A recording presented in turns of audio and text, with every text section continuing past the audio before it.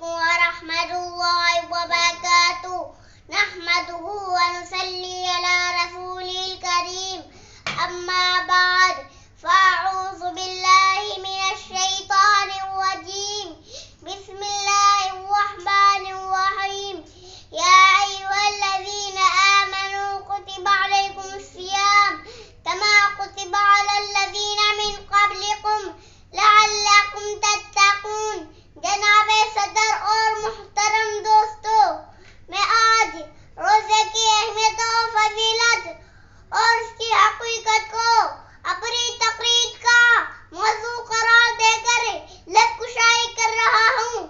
اللہ تعالیٰ سے دعا ہے کہ وہ حق کہنے اور اس کے مطابق زندگی گزارنے کی توفیق عطا فرمائے. حضرات، ابھی میں نے قرآن کریم کی ایک آیت تلاوت کی ہے. اس کا ترجمہ یہ ہے: اے ایمان والو، تم پر روزے فرض کیے گئے ہیں جیسا کہ تم سے پہلے لوگوں پر فرض کیے گئے ہیں تاکہ تم متقی بن جاؤ. اسلام کی بنیادی تعلیمات میں ایمان، نماز اور زکوٰۃ کے بعد روزے کا درجہ ہے.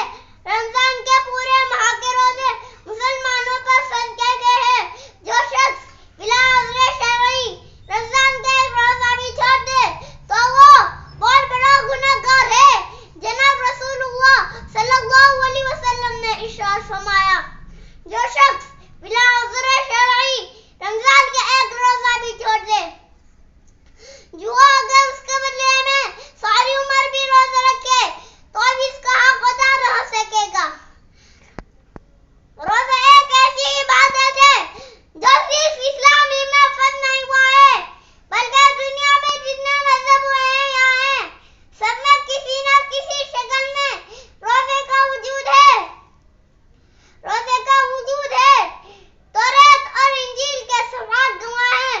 تاریخ کے اوراق بھی بتاتے ہیں کہ روزہ ایک ایسی عبادت ہے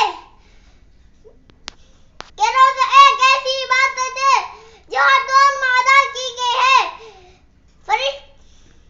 روزہ ایک ایسا عمل ہے جو ہمیں فرشتوں کی صف میں لا کھڑا کرتا ہے. فرشتے نہ کھاتے ہیں نہ پیتے ہیں، ان کی پوری زندگی احکام الہی میں گزرتی ہے. السلام علیکم ورحمۃ اللہ وبرکاتہ. آئیے کچھ سیکنڈ